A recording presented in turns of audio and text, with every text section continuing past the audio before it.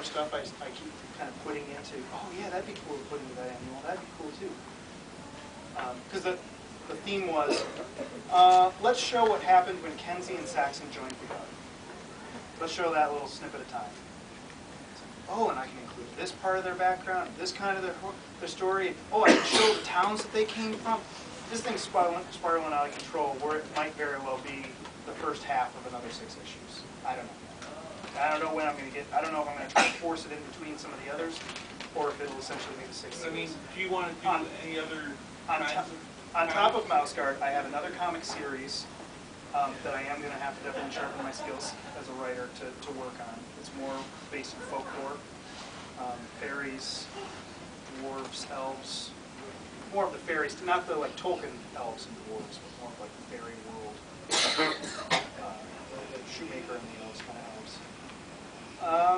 And every now and then I think that I might be a writer, and I start typing something up, and it's like, this part reads good, but where's this thing going? Nowhere. So I think I'll always be involved in graphic storytelling. I have lots of other ideas. In fact, I keep figuring, all right, well, Mouse Guard came out of something that was first ignited when I was 14.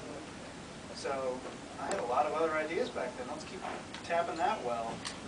And I just went to one where I thought, yeah, actually, that would be a really good story if I kind of updated some of the themes. But I realized it's going to have to be something that I turn over someday. Okay.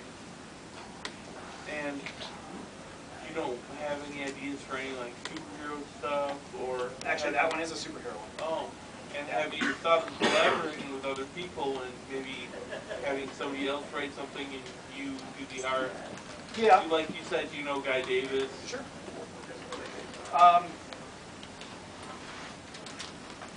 I came into this as a not comics guy. I mean, I know that sounds weird, but before Mouse Guard, I had done 10 pages of a sample script that a buddy of mine wrote. So the idea of doing a full issue was something I hadn't done. I didn't know how to do it. How do I put my balloons in? How do I send stuff off to a printer? All that stuff was new to me.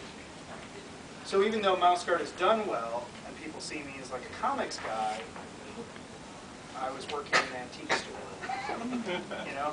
So I don't know all the ins and outs, and I've only done so far now, after Mouse Guard, one story where I collaborated actively. It was a 3-page backup story with Ron Mars for Ramayan 3392 from Virgin Comics. And that still wasn't, I told him, this is going to be great. This is going to be a great exercise for me. You're going to hand me a script. I'm going to draw stuff. This is a good exercise so that I'm working from an actual script where I can't change it. Because I do that when I'm working on Mouse Guard.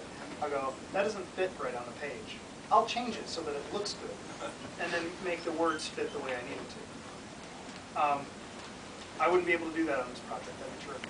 Except Ron Mars said, whatever you want to draw is fine.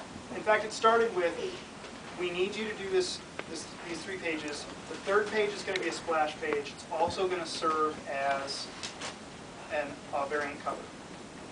Okay, great, send me the script. I don't have the script, but we need the cover by next week.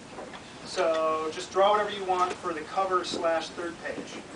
What do you mean, draw whatever I want? Well, you're drawing a character called Heinemann. He's a monkey guy.